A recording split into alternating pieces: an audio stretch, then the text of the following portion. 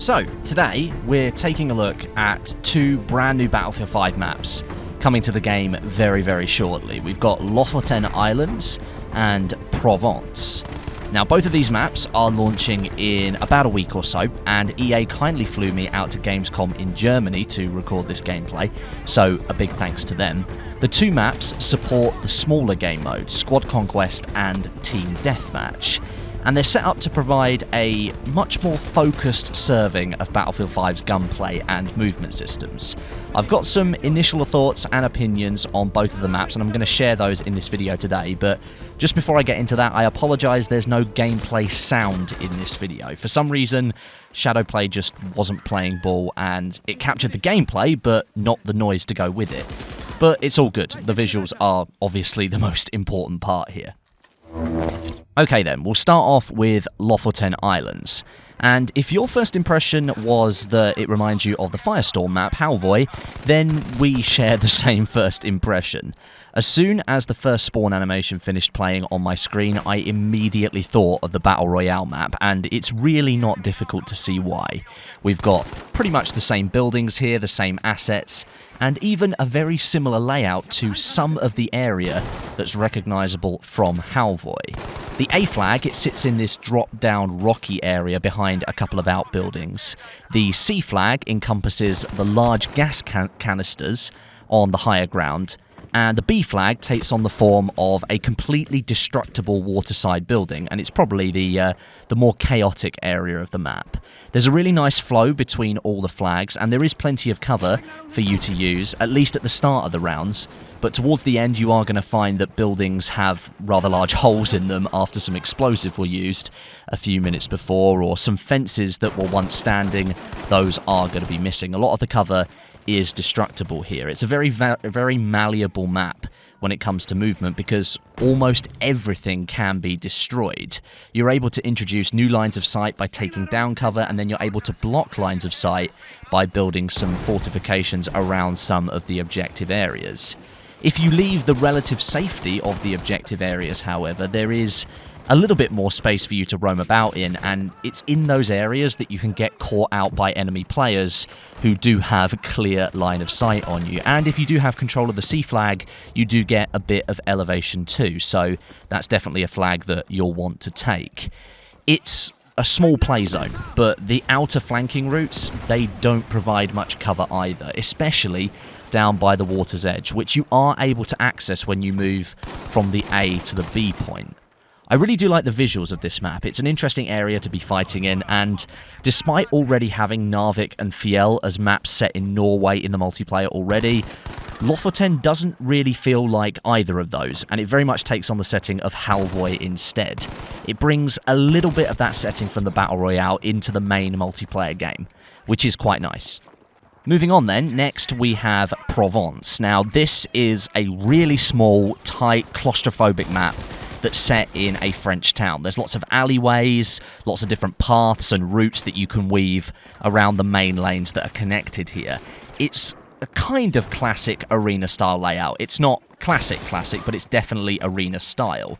And if the data mines are to be believed, that layout style makes a lot of sense for 5v5 competitive play. There are more open areas along the main lanes of the map, but the fun happens when infantry clashes together in those really tight side lanes. If someone happens to throw a grenade during a gunfight, then things do get a little bit hairy. The B point, it's definitely the hotbed of activity on this map. It's located on the lower side, and the house that sits within that zone, it's set down below eye line of players moving in from either side, and it kind of just becomes a little bit of a cauldron. Lots of explosives going on there, lots of infantry movement. It was pretty chaotic in the few rounds that I played. The house is of course destructible, and whichever team claims it first, they're likely to be set upon by a ton of explosives and grenades as the other team tries to take it back. Now, visually, I'm really not a fan of this map. It's extremely beige, it's bland, and it lacks clarity in appearance. The map also appears to have this, like, dirty colour grading applied to it. I think it's the same one that's present on Panzerstorm, at least it's very similar to it, where the colour is just washed out even further. You can actually see it on the player's hands in this footage here as they hold the gun in front of you. The skin is quite washed out in comparison to other maps in the game. and to me, it's just not very nice to look at. And then, obviously, let's not forget, making an overly beige-brown map is going to let players using beige-brown soldier outfits blend right into their surroundings. So, player visibility, in particular, isn't great here on Provence. And then to make things just a little bit worse, the largest bushes that have been added to Battlefield 5's maps so far are present on Provence. These are the bushes that normally players can prone in and be completely concealed by, but now they stand even taller, and they're being used to provide soft cover that blocks lines of sight, but of course, people immediately use them as sneaky hiding spots around the objective locations, and it just leads to some rage-inducing moments where you have absolutely no idea an enemy is hiding from you, and then bam, they take you out and the kill cam swings round to reveal they were sat camping in a massive bush on the capture point.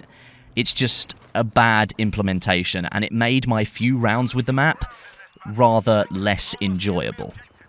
Something I've been thinking about for a while now with Battlefield 5, whilst we're on this topic, is how much art direction seems to detract from good gameplay experiences. And here on Provence, that issue is very clear to see.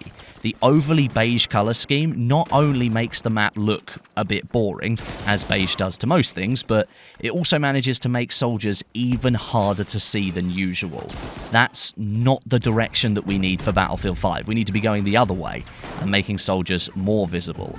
The sad thing is, for Provence, nothing is really going to change. This is the final version of the map, and it's shipping sometime next week, so there's no time to tweak it before it goes live. But I do hope that DICE revisits the map in a future update and gives it a bit more vibrance and a bit more clarity.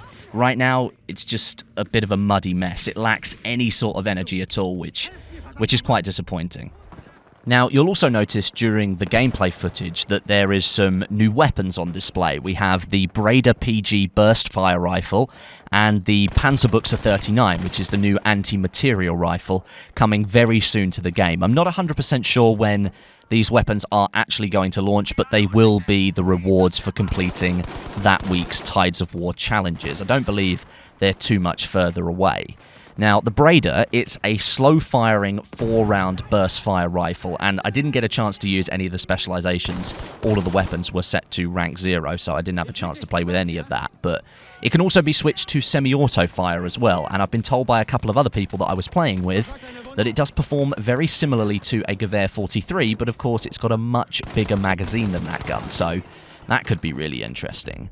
And then the Panzerbuchse, that's just another beast like the boys' AT rifle, but instead of having a magazine, you're going to need to reload each round back in once you've fired it, so that's the differentiator here. It was a fun weapon to use for a few minutes, but it continues on with that bipod meta in Battlefield 5 that I'm not really much of a fan of, so I'm not sure how much I'll really be using this weapon, to be honest. And then, the biggest question of them all, that I'm sure you've been asking for this entire video, where the hell's the 5v5 game mode? It's not exactly a secret, thanks to the data mines, that a 5v5 mode was being developed for Battlefield 5, and those same data mines revealed both Lofoten Islands and Provence to be maps made for the game mode. But honestly, I don't know where 5v5 is. I asked at the event, and lots of other people did as well, and the response we got was, we're not talking about that today, which doesn't inspire much confidence, if I'm honest. As a consequence of that, and the fact that I was playing on a 60Hz monitor, it wasn't my normal setup, my initial impression of these two maps is, well, they're okay. They're not brilliant, but they're not horrific either. Although for me, Lofoten Islands was by far the better map of the two, because it wasn't a beige and boring-looking map like Provence is. Both of these maps were supposedly made for the all but officially confirmed 5v5 game mode, and right now, these maps are being used for Squad Conquest and Team Deathmatch, so they are being repurposed. And who knows what's happening with 5v5. I didn't get a straight answer from anybody that I spoke to. In my eyes, they're going to be maps that tide players over to more exciting content like the Operation Underground map and the Pacific Theatre coming in a couple of months' time. And if they're only repurposed maps, then I'm not really sure how that's going to sit with the community. They're okay maps, but they're nothing special. So then, there you go. 2 brand new maps for Battlefield 5 and a bit of gameplay of a couple of new weapons.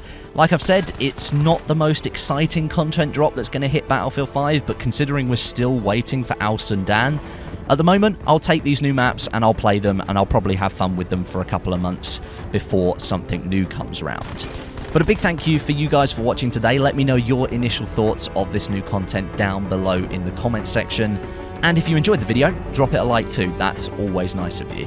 But until next time, my name is Westie, and I'll catch you guys in the next video.